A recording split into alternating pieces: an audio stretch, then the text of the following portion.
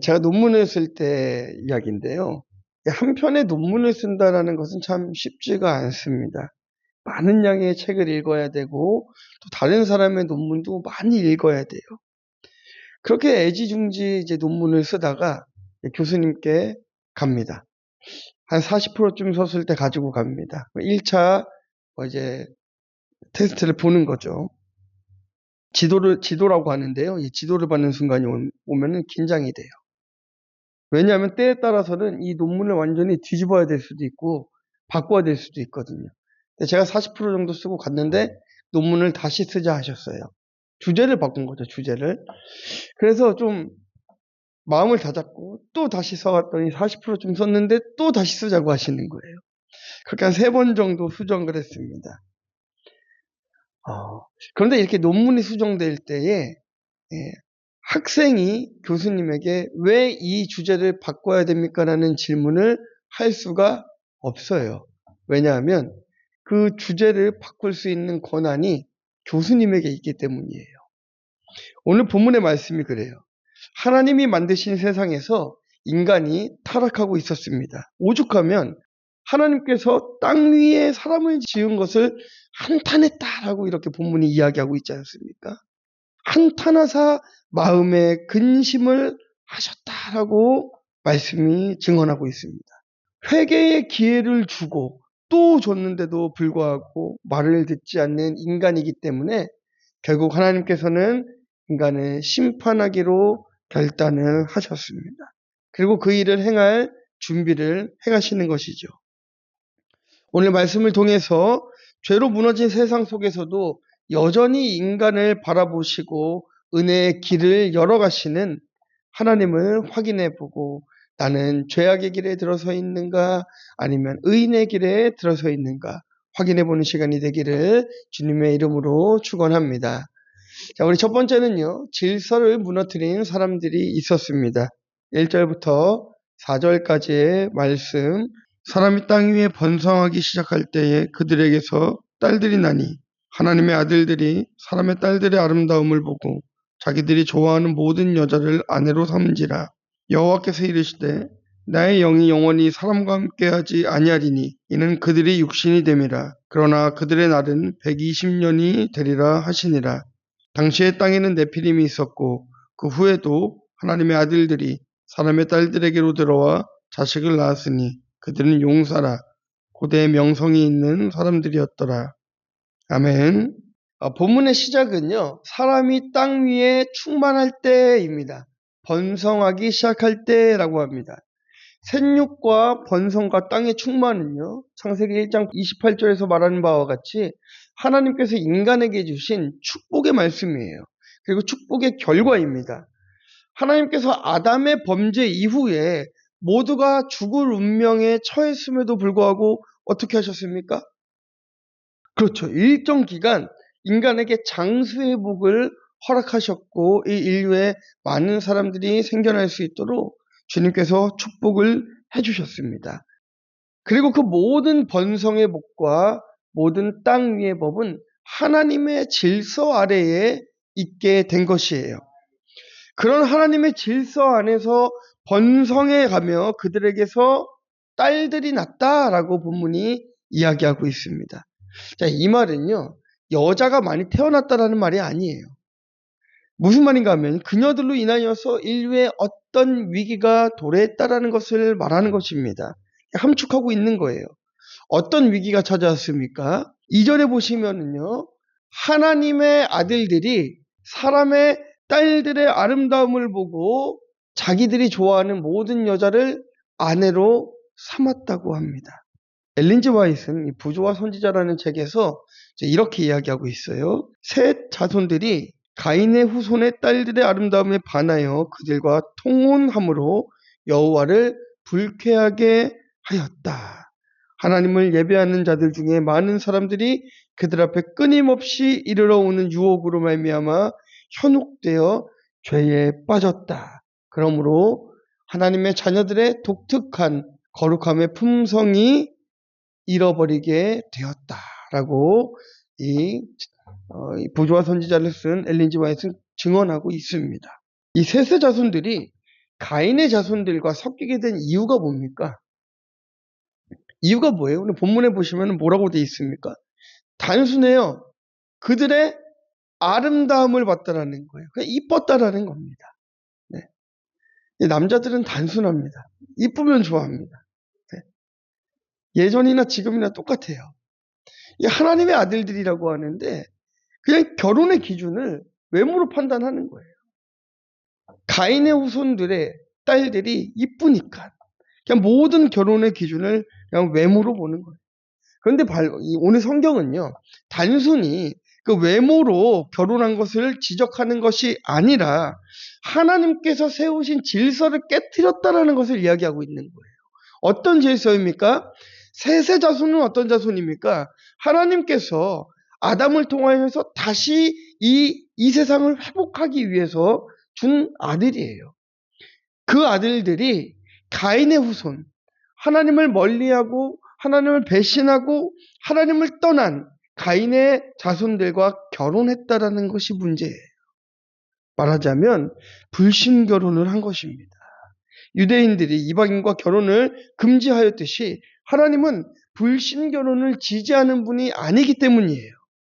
자기 욕심과 욕망에 따라가는 인간의 모습을 바라보며 하나님은 슬퍼하셨던 것입니다. 7년 전에 제가 이 동성애로부터 벗어나고 싶은 한 남자분과 이 상담을 한 적이 있었습니다. 굉장히 심각했어요. 오랜 시간 동성애를 하고 있었고요. 너무 발버둥 쳤습니다. 이 동성애로부터 벗어나고 싶어서 발버둥 쳤어요. 어떻게든 예전의 모습으로 돌아가고 싶다고 눈물 흘리며 찾아왔습니다. 그런데 그분이 이런 시도도 해보고 저런 시도도 해보고 다 해봤는데 거기서 결국 벗어나지 못했습니다. 그 이유가 뭔지 아십니까? 단 한 가지예요. 쾌락. 그거를 이기지 못하는 거예요. 동성애로부터 누려왔고 그것으로부터 얻어왔던 그 쾌락으로부터 벗어나지 못했던 것입니다. 하나님이 세우신 질서를 무너뜨리는 것이 바로 사탄의 전략입니다. 그런데요, 이 질서가 무너지는 것은 어느 날 한 번에 순식간에 무너지는 게 아니에요. 조금씩 균열이 생기다가 어느 날 갑자기 확 무너져 버리는 것입니다. 우리는 그 전략에 넘어가서는 안 됩니다. 그런데 그 당시에 하나님의 마음을 아는 단 한 명의 사람이 없었다라는 것이 문제인 거예요. 하나님이 뭐라고 하십니까? 나의 영이 영원히 사람과 함께하지 아니하리니 이는 그들이 육신이 되었다라고 하지 않습니까? 하나님을 떠났고 육신의 삶을 선택하며 살아가는 사람들이 남았을 뿐 예배하는 사람들이 이 땅에 남아있지 않았다라는 거예요. 그런 인간을 그러나 그들의 날은 120년이 되리라 하시면서 앞으로 120년 뒤에 있을 심판을 예고하십니다. 이게 하나님의 사랑이에요. 그냥 그 자리에서 심판해도 됩니다. 그렇게 인간이 무너졌고 타락했고 더 이상 희망이 없어 보일 그때에 하나님께서 그 자리에서 다 쓸어버리면 되죠. 다 심판해버리면 되는데 그게 아니라 120년 동안 회개할 수 있는 기회를 주셨다는 것입니다. 자, 우리 4절 말씀 함께 읽어보겠습니다. 당시의 땅에는 네피림이 있었고 그 후에도 하나님의 아들들이 사람의 딸들에게로 들어와 자식을 낳았으니 그들은 용사라 고대의 명성이 있는 사람들이었더라. 아멘. 당시에는 네피림이 있었다고 합니다. 이 네피림이 어떤 사람들입니까? 민수기에 보면요, 네피림은 키가 크고 두려운 존재로 23장에 기록이 되어 있습니다. 반드시 이제 거인이라는 뜻으로 제한되는 것이 아니라 폭력적이고 강력한 그런 존재의 대명사로서 네피림이 소개되고 있습니다. 또 어떤 분들은 또 이 네피림에 너무 꽂혀가지고 네피림의 존재를 자꾸 팔려고 하시는 분들이 계시는데요. 네피림이 거인족이었고 뭐였고 이게 중요한 것이 아니라 네피림이 지금 무엇의 결과이냐라는 거예요. 사람의 딸들 하나님의 자녀들과 결혼해서 불신결혼으로 인한 결론이 바로 이 네피림이었다라는 것입니다. 불순종의 결론이 네피림이었다라는 거예요. 이게 중요한 것이지 네피림이 어떤 사람들이냐가 그렇게 중요한 게 아닙니다. 하나님의 아들들은 경건한 셋의 후손인 것이고요. 사람의 딸들은 불경건한 가인의 후손이라고 말씀드렸어요. 그러니 하나님의 아들들의 불신결혼의 결론은 바로 네피림이라고 할 수 있는 것입니다. 우리는 이 말씀을 보면서 비단 불신 결혼만을 생각할 것이 아니라 신앙을 떠난 내 삶의 결론은 어떠한가를 생각해 봐야 되는 거예요. 신앙을 떠난 내 삶의 결론, 그것이 무엇인가를 진지하게 고민해 봐야 됩니다. 가난한 환경, 고난의 환경, 망하는 환경, 이런 것이 불쌍한 것이 아니라 하나님을 떠난 삶의 환경이 가장 불쌍하고 처량한 삶이라는 것을 오늘 말씀을 통하여서 깨달아야 될 줄 믿습니다. 하나님의 질서를 깨뜨릴 때에 인간은 타락의 길을 걸었다라는 것을 기억하고 우리는 늘 하나님의 길을 선택하는 저와 여러분이 되어야 될 줄 믿습니다. 네, 적용 질문 드립니다. 하나님과의 관계가 멀어져 당한 고난이 있었습니까? 지금 나와 하나님의 관계는 어떠합니까? 자, 우리 두 번째는요. 사람 지으셨음을 한탄하십니다. 우리 5절부터 7절까지 말씀 다 함께 읽겠습니다. 여호와께서 사람의 죄악이 세상에 가득함과 그의 마음으로 생각하는 모든 계획이 항상 악할 뿐임을 보시고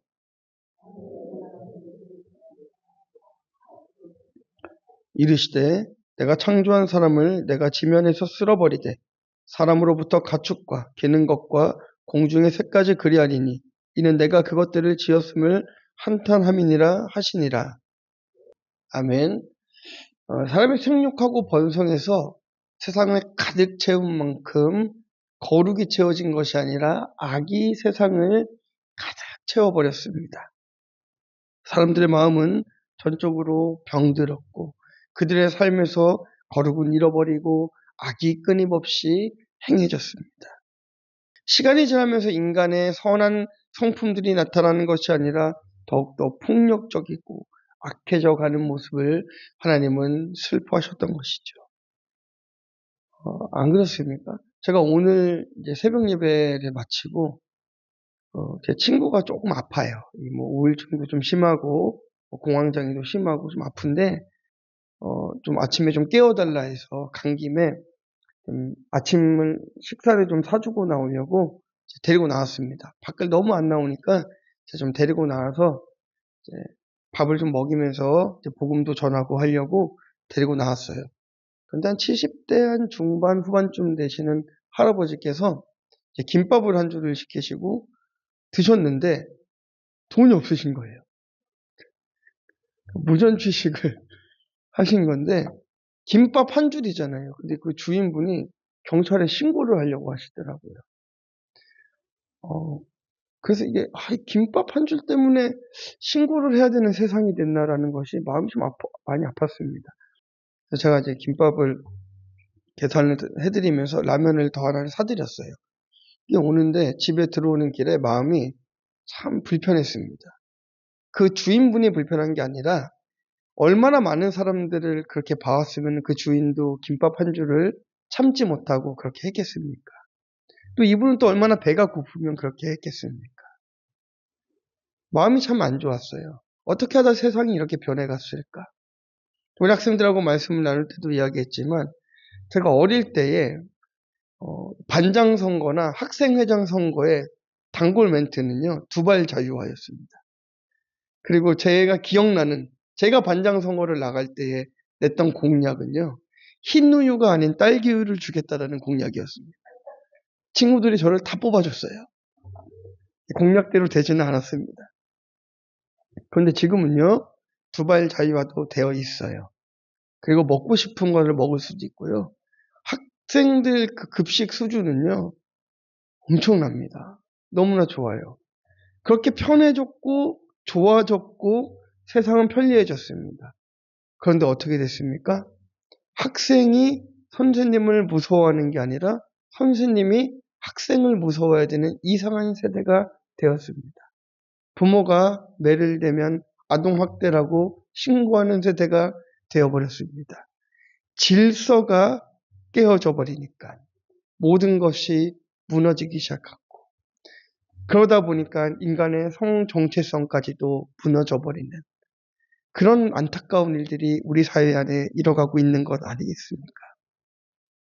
하나님께서 세상을 만드실 때에는 선과 아름다움이 탄생했습니다.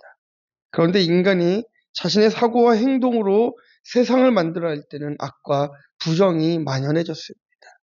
마치 의인 10명이 없어서 멸망한 소돔과 고모라를 연상케 하는 것이죠.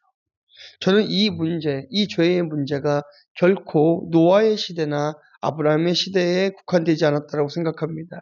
지금의 세대에도 우리가 정신을 차리지 않으면 이렇게 무너질 수가 밖에 없습니다. 성경의 기준을 벗어난 지는 너무나 오래되었어요. 그래서 세상은 온갖 비성경적인 것들로 물들어가고 있습니다. 제가 동성애 문제를 자주 거론하기도 하지만 그것뿐만이 아니라 도덕적으로도 이해할 수 없는 일들이 우리 사회 가운데 너무나 만연하고 있습니다. 이 모든 것들이 죄를 선택한 인간의 결론임을 우리는 받아들여야 되는 것이죠. 하나님은 땅 위에 사람을 지으사 한탄하시고 마음에 근심하셨다라고 이야기합니다. 인간을 미워한 게 아니에요. 하나님이 인간을 미워한 게 아니라 죄를 미워한 거예요. 죄를. 동성애자들을 싫어한다는 게 아니에요. 그 죄를 미워한다는 거예요. 그들에게도 기회는 주어져야 됩니다. 하나님의 백성들이 죄를 지을 때 초래되는 가장 심각한 결과는요, 우리가 망하는 게 아니라 하나님의 마음을 괴롭게 한다는 것입니다. 이거를 우리가 기억해야 돼요. 제가 선교사로 사역할 때 영우라는 학생이 있었어요. 굉장히 똑똑한 친구였습니다. 이 학생은요, 좀 천재성이 있는 친구여서 이 역사를요, 굉장히 잘 알아요. 고대사부터 현대사까지 잃을 것 없이 이 세계사를 거의 중학생밖에 되지 않았던 그 친구가 지식 수준은 거의 박사 수준이었어요. 그런데 이제 부모님을 따라서 강제로 중국으로 왔기 때문에 늘 불안하고 학교 생활에 적응을 못했습니다. 그러던 어느 날 다급하게 그 집사님 부부로부터 연락이 왔어요. 빨리 집으로 좀 와달라는 거예요. 이제 가봤더니 아이가 자해를 하고 있는 거예요. 이 커터칼로 자기 손목을 긋고 몸을 긋고 그래서 주변은 피로 범벅이 되어 있습니다. 그런데요, 이 피 범벅이 된 아이를 바라보는 부모님은 칼에 빈 아이보다 더 아프신 거예요. 엄마는 기절을 하고 아버지는 눈물을 흘리고 서 있는 모습을 보는데 그 생각을 했습니다. 정말 하나님의 마음이 그렇지 않을까. 인간이 하나님께서 지어주신 이 아름다운 세상에서 죄를 지으며 살아갈 때에 정말 하나님의 마음은 어떠하실까. 이런 생각들 해봤습니다. 그 아이는 나중에 잘 회복되었습니다. 부모님과의 관계가 잘 회복되었습니다. 근데 어떻게 그 아이와 부모의 관계가 회복됐는지 아십니까? 부모님이 아이에게 가서 이야기했어요. 영우야, 아빠가 마음대로 해외로 오는 것을 결정해서 너를 아프게 해서 정말 미안하다라고 사과를 하니까 아이가 받아들였습니다. 이게 바로 핵심이에요. 하나님 앞에 내가 잘못했습니다. 내가 죄인입니다라고 고백하고 회개하면 되는데 타락한 인간은 그것이 죄로 보이지 않는 거예요. 그러니까 회개도 안 하는 것입니다. 하나님의 마음이 그래요. 그 누구도 하나님을 찾지 않는 시대였습니다. 오죽하면 땅 위에 사람 지으셨음을 한탄했다라고 마음에 근심했다라고 말씀하시겠습니까? 사람들이 죄를 선택하며 살아갈 때에 하나님의 마음은 갈기갈기 찢어지고 아플 수밖에 없다라는 것을 반드시 기억해야 될 줄 믿습니다. 우리 7절 말씀 보겠습니다. 이르시되 내가 창조한 사람을 내가 지면에서 쓸어버리되 사람으로부터 가축과 기는 것과 공중의 새까지 그리하리니 이는 내가 그것들을 지었음을 한탄함이니라 하시니라. 결국 하나님은 세상의 모든 것을 몰살하시겠다라고 선포하십니다. 참 마음이 아픈 구절이죠. 하나님께서 창조하신 인간을 후회하신다는 표현은 참 마음이 아픈 구절입니다. 하나님은 인간을 사랑하셨고 그들에게 복을 주셨고 번성하라고 명령하셨습니다. 그런데 인간의 죄악이 세상에 가득해지자 하나님은 깊은 슬픔에 빠지신 것이죠. 그리고 결국 인간을 심판하시기로 결정하셨습니다. 그렇다고 하나님께서 인간을 만드신 것을 후회했다는 것이 창조가 실패하였다는 의미는 아닙니다. 자유의지로서 인간이 지었던 그 죄악들을 바라보며 하나님의 모습을 따라가지 않는 그들을 보며 한탄하셨다는 것이죠. 하나님께서 인간을 후회하신 이유는 인간의 죄악이 너무나 커졌기 때문입니다. 세상에는 죄악이 가득하였습니다. 하나님 보시기에 안타까운 모습이었던 것이죠. 인간의 타락은 하나님과의 관계를 파괴하였고 결국 하나님의 마음을 아프게 하셨습니다. 우리는 하나님께서 나를 지으셨음을 후회하게 만들어서는 안 돼요. 하나님께서 나를 지으셨음을 기쁘시게 만드는 저와 여러분이 되어야 될 줄 믿습니다. 그래서 이 어지러운 세상 가운데에 우리는 삶을 통해서 주님 영광 받으시도록 그리스도인다운 삶을 살아가고 창조의 질서를 지키며 하나님 말씀에 순종하는 삶을 살아가기를 주님의 이름으로 축원합니다. 저희 적용 질문 드립니다. 죄의 심각성과 회개의 중요성을 인식하고 있습니까? 그렇다면 내가 회개해야 할 죄는 무엇입니까? 자, 마지막 세 번째는요. 한 사람은 남겨놓으십니다. 자, 우리 8절만 읽겠습니다. 아멘. 우리 지난 시간에도 나눔하실 때에 우리 가정의 노아는 누구인가 이제 이런 말씀들을 나눠봤는데요. 생각해 보시면은 우리 가정의 노아가 다 있습니다. 내가 좀 신앙에서 벗어나려고 할 때에 나를 벗어나지 못하게 하는 노아가 꼭 있어요. 그렇게 잡아주는 사람들이 있습니다. 오늘 말씀은 그러나 노아는 여호와께 은혜를 입었더라. 그러나라는 거잖아요. 이 죄악이 팽배한 세상 가운데에 그러나 한 사람이 있었는데 그게 노아였더라. 그런데 그 노아는 여호와께 은혜를 입었더라라는 것입니다. 은혜라는 단어가 성경에 통틀어서 처음 나온 것이 바로 이 구절이에요. 그러니까 은혜는 죽음과 관련이 있는 것이에요. 생명과 관련이 있는 것입니다. 다 죽어가야 되는 세상 가운데에 한 사람은 살리셨더라 라는 것이 바로 은혜예요. 그러니까 우리는 하나님께 은혜를 입은 자들인 것입니다. 왜요? 죽어야 되는 인생, 지옥에 가야 되는 인생인데 살리셔서 천국 백성 만들어주셨으니 은혜 입은 자들인 것입니다. 그를 남겨두신 이유를 9절에 설명하고 있어요. 노아는 의인이었고 당대의 완전한 자였고 하나님과 동행하는 자였다는 것입니다. 우리 지난번에 이제 말씀을 통해서 배웠는데요. 하나님과 동행했던 한 사람이 또 있었죠. 누굽니까? 에녹이 있었습니다. 에녹은 어떻게 하셨어요? 따뜻한 품으로 주님께서 품고 죽음을 보지 않고 하늘로 올라갔습니다. 악이 세상에 가득한데 하나님께서는 하나님과 동행하는 한 사람을 반드시 그 시대에 남겨놓으십니다. 그런데 그 동행한 사람에 대한 결론은 다를 수 있어요. 우리가 가끔 이런 얘기 듣지 않습니까? 너는 예수 믿는다고 하면서 왜 이렇게 어렵게 사냐? 너는 예수 믿는다고 하면서 왜 그렇게 힘들게 사니? 그래서 여러분 노아를 보면서 위로받으시기 바랍니다. 하나님과 동행했고 당대의 의인이기 때문에 노아는 120년 동안 조롱과 수치를 당했어요. 어떻게 해요? 그 산 위에 배를 만들면서 그렇게 되었습니다. 다른 거예요.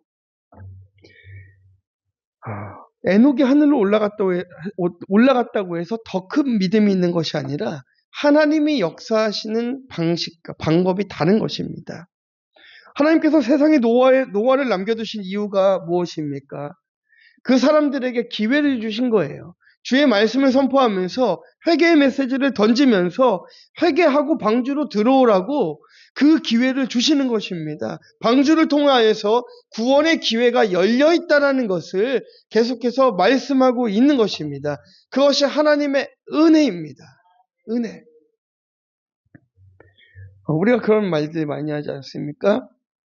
하나님의 말씀을 바르게 선포하는 것이 은혜이고 가장 사람으로부터 인정받는 방법이라는 것을 늘 말씀드리지 않습니까? 이렇게 하나님 말씀이 선포되어지고 바른 말씀이 들려지기 시작할 때에 우리는 이 땅에 남겨진 노아로서의 사명을 감당할 기회를 얻게 되는 거예요. 하나님은 사람들에게 기회를 주셨습니다. 누구를 통하여서요? 노아를 통하여서. 120년 동안의 기회를 주셨습니다. 그런데 그 기회를 주실 때에 에녹과 같이 편하게 하늘로 들림받는 사람이 있는가 하면 누군가는 노아와 같이 그 당대에 조롱을 당하고 수치를 당하면서 바보 소리를 들으면서 배를 만들어야 되는 사람도 있다라는 것입니다. 우리가 에녹의 역할을 하게 될지 노아의 역할을 하게 될지는 모르지만 그 어떤 역할이라도 믿음의 크기 때문이 아니라 하나님께서 맡겨주신 사명이 다르기 때문인 것이에요. 그것을 인정해야 되는 것입니다. 그러니까 그런 소리 하지 마세요. 네, 네. 너는 예수 믿는데 왜 그렇게 사냐? 이런 얘기 하지 마세요. 하나님께서 맡겨주신 사명이 다를 뿐인 것입니다. 내가 받은 것이 많다면 그것으로 감사하면 되는 것이고 받은 것이 적다면 그것으로 또한 만족하고 나에게 맡겨진 사명대로 살아가면 되는 것입니다. 죄가 가득한 인간을 말없이 쓸어버리셔도 할 말이 없지만 끝까지 구원의 기회를 주시고 회개의 기회를 주시는 그 하나님의 은혜가 얼마나 크십니까? 노아가 악한 세상에 거룩한 삶을 살아갈 수 있었던 것은 그것은 노아의 능력이 아니었습니다. 오늘 그 본문 8절의 말씀을 이 말씀을 원문으로 보니까요 이렇게 돼 있어요. 그에게 은혜를 베푸셨기 때문이다라는 거예요. 그러니까 말하자면은 여호와께서 그에게 노아에게 은혜를 베푸셨기 때문에 노아는 항상 하나님과 동행할 수 있었다라는 결론인 것이에요. 저는 좀 은혜가 되더라고요. 주의 성령이 우리 안에 항상 내주하고 계시기 때문에 늘 하나님과 동행할 수 있잖아요. 하나님과 동행하는 노아를 당대의 의인으로 부르셨다면 날마다 주의 말씀을 들을 수 있고 성령과 함께하는 우리들을 오늘 의인으로 부르셨음을 믿어야 될 줄 믿습니다. 시간이 많이 갔네요. 그러나 사람들은 노아의 말을 들으려고 했습니까? 듣지 않았습니다. 제가 그 잠자는 시간을 굉장히 아까워하던 사람 중에 한 사람이에요. 이제 고등학교 때부터 이렇게 공부를 계속 해오다 보니까 잠자는 시간을 너무 아까워했습니다. 저 죄악시 여겼던 것 같아요. 그래서 이제 대학도 의대에 갔잖아요. 잠을 잘 시간이 별로 없었습니다. 지금 세상에서 제일 많이 자고 있는 것 같아요. 지금 요즘에는 제가 9시 좀 되면 잠을 잘 때도 있어요. 네, 어저께는 심지어 7시 반에 잠을 잤습니다. 주일은 좀 컨디션을 가장 좋게 하고 싶어서 전화도 다 무음으로 돌려놓고 가급적이면은 잘 받으려고 하지도 않아요.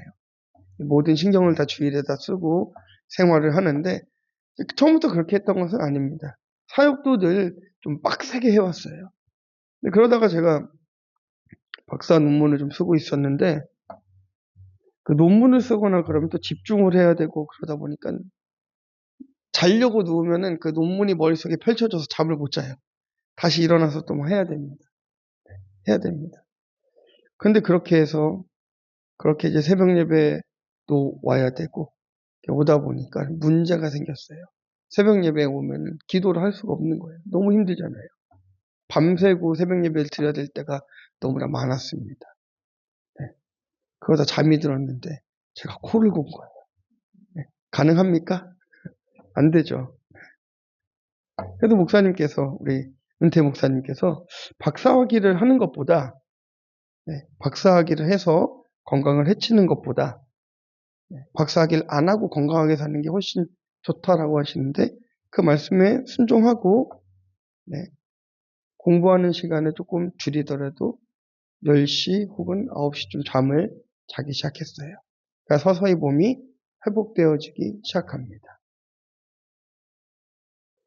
나에게 들려지는 음성을 하나님의 음성으로 듣고 그 말씀에 순종해 나갔을 때에는 회복되어지는 은혜들이 있지만 노아가 아무리 거기에 선포하고 회개 메시지를 던지더라도 듣지 않으면 심판당할 뿐이에요. 심판당할 뿐이에요. 여러분들 어떠십니까? 하나님께서 여러분에게 주신 기회를 어떻게 활용하고 계십니까? 주님께서 우리에게 주신 이 시간을 어떻게 활용하고 계십니까? 주님께서 우리에게 주신 이 물질들을 어떻게 활용하고 계십니까? 우리는 이 말씀을 통하여서 생각해 봐야 될 줄 믿습니다. 또한 하나님은 언제나 우리에게 기회를 주시는 분이시기에 나에게 오는 기회를 놓치지 않고 찾음으로 주님께 영광 돌리며 죄악된 세상 가운데에 노아의 사명을 감당하는 저와 여러분 되기를 주님의 이름으로 축원합니다. 적용 질문 드립니다. 다른 사람의 조언을 나는 어떻게 받아들이고 있습니까? 하나님께서 주신 기회를 놓친 경험이 있습니까? 네, 결론입니다. 인간은 하나님을 배신하고 타락했습니다. 그래도 하나님은 우리에게 기회를 주셨어요. 우리는 기회를 잡아서 회개하고 돌이킴으로 주님께 영광 돌리는 저와 여러분이 되시기를 주님의 이름으로 축원합니다. 네. 우리의 삶을 돌아보면 정말 많은 기회들이 있었을 것입니다. 회개의 기회도 있었을 것이고요. 또 어떤 분들은 내가 이때 이것만 하지 않았더라면 이런 분들도 계시고요. 내가 이때 이 기회만 잡았더라면 잘 살 수 있었을 텐데, 부자가 될 수 있었을 텐데, 혹은 이것만 했더라면 내 삶이 좀 달라졌을 텐데. 그런데 그렇게 후회해도요, 그 시간이 돌아오지 않습니다. 시간을 돌리기를 여러분 바라는 것보다 더 빠른 길은요, 우리 하나님께 새로운 기회를 간구하는 것이에요. 그 새로운 기회를 찾기 위해서 우리는 거룩한 삶을 살아갈 필요가 있는 것입니다. 이 죄악된 세상 가운데에 그러나 노아는 여호와께 은혜를 입었더라 라는 말씀이 여러분들 삶에 적용되기를 주님의 이름으로 축원합니다. 우리 한번 기도하도록 하겠습니다. 하나님, 이제 우리 2025년이 끝나가고 새해가 다가오는데 주님 나에게 다시 한 번 더 기회를 허락하여 주시옵소서. 회복의 기회를 허락하여 주시옵소서. 마음껏 주의 나라를 섬길 수 있는 기회를 허락하여 주시고 하나님 세상에서 바른 삶을 살아갈 수 있는 기회를 허락하여 주시옵소서. 함께 동성으로 기도합니다. 하나님 감사합니다.